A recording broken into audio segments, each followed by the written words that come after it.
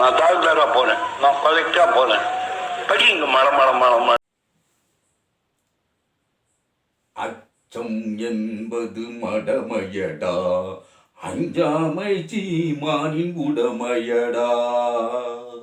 ஆறிலும் சாவு நூறிலும் சாவு, தாயகம் காப்பது கடமையடா.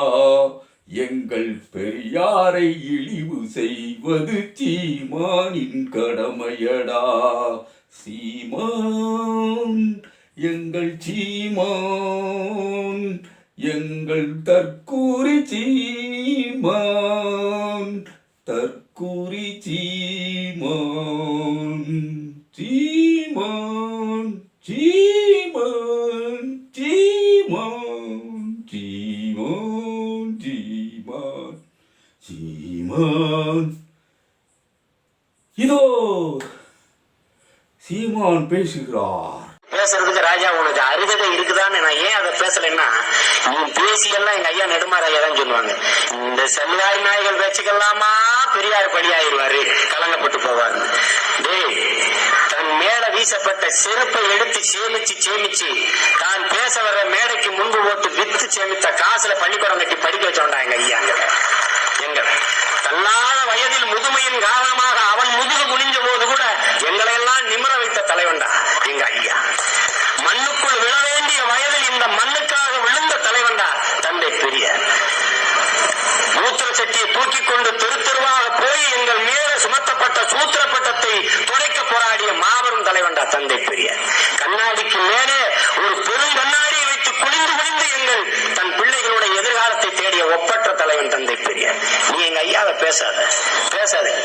உன்னையெல்லாம் உன்னை அடிக்கிறது ஒரு ஆளோ ஊடோ வேண்டியதில்லை. நீ ஏன் நீசமொழி என்று சொல்லி ஏன் காட்டுநாண்டி மொழி எங்க ஐயா சொல்றாரு? ஏன் சொல்றாரு? இந்த புராண புலியில இருந்து இந்த மொழி பிரிக்க முடியலையேங்கிற வேதனை சொல்றாரு. அதே தலைவன் தான் சொல்றான், ஒருவர் முழுமையான தமிழ் பற்றாளராக தமிழை விரும்புவராக இருப்பார்கள், ஆனால் நான் காலகாலமாக அவருக்கு அடிமையாக இருப்பேன் சொல்றாரு. அதே தலைவர் தான் சொல்றாரு. இதை நீ சொல்லு. காட்டுமிராண்டி மொழி ஏன் சொன்னா, உங்க ராமாயணம், உங்க மகாபாரதம், உங்க பாஞ்சாலி சபதம், இந்த ஏழவு கர்மாந்திரம், தேவாரம், திருவாசகம், அந்த புராண புலிகளை சுமந்த மொழியாக கொண்ட மொழியாக இந்த தமிழ் இருந்து போகிறதே நினைச்ச ஆதங்கத்துல சொன்னார் காட்டுமிராண்டி மொழி.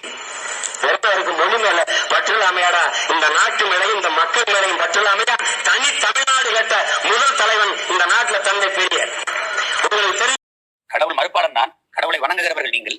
அனுதினமும் சிவனை வழிபடுகிறீர்கள். நீங்கள் வணங்குகிற சிவனை தன் உடலில் பாதியை கொடுத்து தன் மனைவிக்கு அர்த்தநாரீஸ்வரனாக நிற்கிறார். அவரை அனுதினம் வணங்குகிற நீங்கள் பெண்களுக்கான சரிவாதி இடஒதுக்கீடு எதிர்க்கிறீர்கள். அந்த இறையை மறுத்து நிற்கிற நான் அவருடைய கோட்பாட்டை ஏற்று பெண்களுக்கான உரிமையை நான் கோரி நிற்கிறேன். பெண்களுக்கு இடஒதுக்கீடு கேட்பதை நீங்கள் உங்கள் மனைவிமாரையே எண்ணத்தில் வைத்துக் கொண்டு சிந்தித்தால் நீங்கள் ஏற்க மறுக்கத்தான் செய்வீர்கள். ஆனால் உங்களை பெற்ற தாயை, உங்கள் உடன் பிறந்த தங்கையை, உங்கள் அக்காவை மனதில் வைத்துக் கொண்டு சிந்தித்தால் நான் கேட்பது சரி என்று படும் என்று வாதிட்டார். அதே போல நான் பொருளாதாரம் படிக்கிற போது மால்தஸ் என்கிற ஒரு மேதை, அவன் பொருளாதார மேதை, அவன் உற்பத்தியும் மக்கள் தொகையும் சமவிதத்தில் முன்னேறாது, ப்ரொடக்ஷனும் பாப்புலேஷனும் சமவிதத்தில் பயணிக்காது, மக்கள் தொகையின் உற்பத்தி அதிக எண்ணிக்கையிலும் அதிக விதத்தில் ரெண்டு உற்பத்தியின் அளவு 2 கூட்டல் 2 இப்படி முன்னேறி கொண்டு போகும்போது மக்கள் தொகையின் பெருக்கம் 2x2 என்று முன்னேறி போனால், அது வளர்ந்து போனால் அது அந்த நாடு பற்றாக்குறையைத்தான் சந்திக்கும், ஸ்கேர்சிட்டியைத்தான் சந்திக்கும் என்று அவன் சொல்றான். அந்த கோட்பாட்டை மால்தஸுக்கு முன்பே இந்த மண்ணில் சிந்திச்சு செயலாக்கம் செய்ய வைக்க வேண்டும் என்று போராடியவர் ஐயா பெரியார் அவர். அதனாலதான் அந்த குடும்ப கட்டுப்பாடு அந்த திட்டமே அவர் சிந்தனையில் வந்ததுதான். 2 குழந்தைகளுக்கு மேல் வேணாம், பாப்புலேஷனை கட்டுப்படுத்துங்கிற சிந்தனை. அன்னைக்கு தர்க்கத்துல 2மே பெண் பிள்ளையா போயிட்டால் கொல்லிவோட பிள்ளைகளை என்ற பெற்றோர்கள் கருதுவார்களே, எண்ணுவார்களே, வருந்துவார்களே. அதுக்கு என்ன செய்வது என்ற கேள்வி கேட்போது ஒரு மகன் எழுந்து கேள்வி கேட்டார், என் பொம்பளை கொல்லிப்பட்டா போனம் வேகாதா என்று. அப்படி சிந்தித்த ஒரு தலைவன் இந்த மண்ணில் ஐயா பெரியார். சொல்லிக்கொண்டே போகலாம். அது பல ஆண்டுகள் அந்த சிந்தனை தெருவாக பேசியிருந்த பிள்ளை என்கிற வழியில் அந்த தமிழ் பேரினத்தின் பெருமைமிக்க வழிகாட்டியாக சமூக மாறுதலுக்கான பெரும் உழவை செய்த முன்னத்தியராக இருக்கிற ஐயா பெரியார் அவர்களை போற்றுவதில் பெருமையில் விடைகிறோம். இந்த மகத்தான தலைவருக்கு நாம் தமிழர் பிள்ளைகள் பெருமிதத்தோடும் திமிரோடும் எங்கள் புகழ் வணக்கத்தை செலுத்தும். அவருக்கு நோக்கமே இப்ப நீங்க ஐயா ராஜாவுக்கு நோக்கமே இப்ப நீங்க எல்லாம் கேக்குறீங்கல்ல, ஒரு பரபரப்பு காலா இருக்கு அப்படி ஒரு பரபரப்பு காலான ஆளா அவர் இருக்கணுங்கிறதான். அது எல்லாரையும் பேச வைக்கிறாரு பாருங்க. இப்ப நீங்க கேக்குறீங்க பாருங்க, நாங்க பேசுறோம் பாருங்க, அதுதான் அவருக்கு அவருடைய வெற்றியா இருக்குது. அது பெரியார் சிலையை தொட்டனைக்கு தெரியும்.